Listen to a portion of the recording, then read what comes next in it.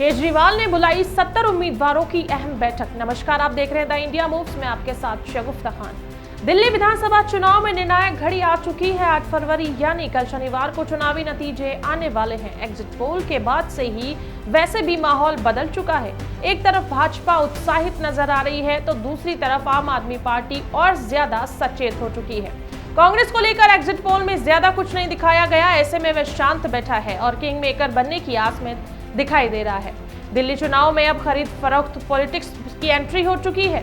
आम आदमी पार्टी ने आरोप लगाया है कि बीजेपी अभी से हार के डर की वजह से विधायकों को खरीदने की कोशिश कर रही है। दूसरी तरफ बीजेपी सबूत भी मांग रही है।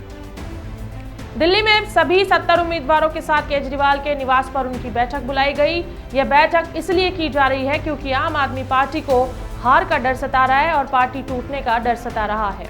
आरोप लगाया गया है कि बीजेपी वाले पैसों का ऑफर कर रहे हैं। बीजेपी के द्वारा 16 विधायकों को 15-15 करोड़ रुपए का प्रस्ताव दिया गया है। केजरीवाल ने बीजेपी पर आरोप लगाते हुए कहा कि कुछ एजेंसियां दिखा रही हैं कि एक पार्टी की 55 से ज्यादा सीटें आ रही हैं।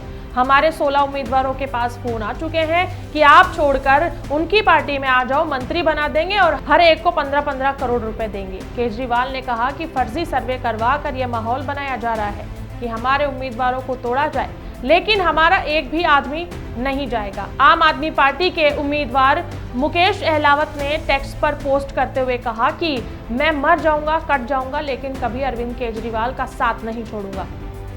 बीजेपी से उनको एक कॉल आया और उन्हें यह कहा गया कि आप पार्टी छोड़ दीजिए, हम आपको मंत्री बना देंगे और 15 करोड़ रुपए भी देंगे। इसी पर सीएम अतिशी ने भी निशाना साधते हुए कहा कि अगर एक पार्टी की 50 से ज्यादा सीट आ रही है तो ये हमारे प्रत्याशियों को कॉल करके उन्हें तोड़ने की कोशिश क्यों कर रहे हैं। पता नहीं, नया सर्वे जो सामने आ रहा है उसमें शाहदरा से आप प्रत्याशी जितेंद्र सिंह शांति ने कहा कि जो भी सर्वे आ रहे हैं वह सभी लोगों को बरगलाने के लिए बने हुए, अपनी तरफ से बने हुए हैं। हम हर जगह अरविंद केजरीवाल के ही साथ हैं, सरकार आपकी ही बनेगी। भाजपा नेता प्रवीण खंडेलवाल ने केजरीवाल पर निशाना साधते हुए बोला कि अरविंद केजरीवाल और अपने पिछले 10 सालों में किसी भी सफलता की जिम्मेदारी नहीं दी। आज उन्होंने हम पर आरोप लगाया है और कल ये चुनाव आयोग पर भी आरोप लगा सकते हैं। इसी के साथ साथ कमलजीत सहरावत ने कहा कि दिल्ली में पिछले 10 सालों से आपकी सरकार थी और केंद्र में प्रधानमंत्री मोदी की भाजपा सरकार। जनता ने दोनों पार्टियों के अंतर को साफ देखा है। तमाम एग्जिट पोल बीजेपी के 27 साल के बाद वापसी के संकेत दे रहे हैं। दिल्ली में बीजेपी और आपके बीच कांटे की टक्कर है, लेकिन बीजेपी को मामूली बढ़त मिलती दिख रही है। अब बात करते हैं एग्जिट पोल की, तो सबकी निगाहें एग्जिट पोल पर है। ऐसे में लोगों के मन में जो सबसे बड़ा सवाल उठ रहा है वह दिल्ली के पिछले 3 विधानसभा चुनाव में एग्जिट पोल के कैसे रुझानों का अनुमान लगाया गया है और नतीजे कैसे रहे, हम आपको यह भी बताएंगे।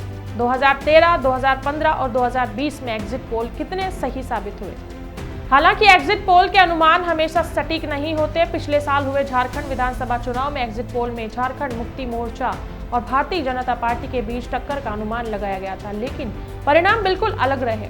बात अगर करें दिल्ली की, तो 2020 और 2015 के विधानसभा चुनाव के एग्जिट पोल तो करीब करीब सही साबित हुए थे, लेकिन 2013 में एग्जिट पोल आम आदमी पार्टी को भांपने में चूक गए थे। 2020 में दिल्ली की जनता ने विधानसभा चुनाव के लिए 8 फरवरी को वोट डाला था। इस दौरान 64.5% लोगों ने अपने मताधिकार का इस्तेमाल किया था। चुनाव के बाद जो एग्जिट पोल जारी किए गए थे उसमें लगभग सभी एजेंसियों ने आपको बहुमत दिया था। इसके बाद भाजपा को 2015 के मुकाबले कुछ फायदा और कांग्रेस का सफाया होने का अनुमान लगाया था। जब नतीजे सामने आए तो आम आदमी पार्टी ने 70 में से 62 सीटों पर जीत दर्ज की। वहीं भाजपा के वोट प्रतिशत में 6.21% का उछाल आया। इसके बावजूद भी भाजपा को सिर्फ 8 सीटें ही मिली। अब बात करें 2015 के एग्जिट पोल के नतीजों के बारे में, तो 7 फरवरी को दिल्ली की जनता ने अपने मत का इस्तेमाल किया था। गुजरात में 67.5% लोगों ने वोट किया था। चुनाव के बाद जो एग्जिट पोल जारी किए गए थे उसमें लगभग सभी एजेंसियों ने आपका बहुमत दिखाया था। भाजपा को भारी नुकसान और कांग्रेस के शून्य रहने या सिंगल डिजिट में सिमटने का अनुमान जताया गया था। और जब नतीजे सामने आए तो अरविंद केजरीवाल की अगुवाई में अपने प्रचंड बहुमत हासिल कर नया इतिहास रच दिया था। उसने 70 में से 67 सीटें जीतकर भाजपा की 3 और कांग्रेस की 0 पर पूरी तरह इनका सफाया कर दिया। तो ये थे अब तक के पुराने और नए एग्जिट पोल। इस बार के एग्जिट पोल कितने सही होते हैं यह तो अब हम आपको कल ही बताएंगे। देखना ये होगा कि दिल्ली में ऊंट किस करवट बैठता है।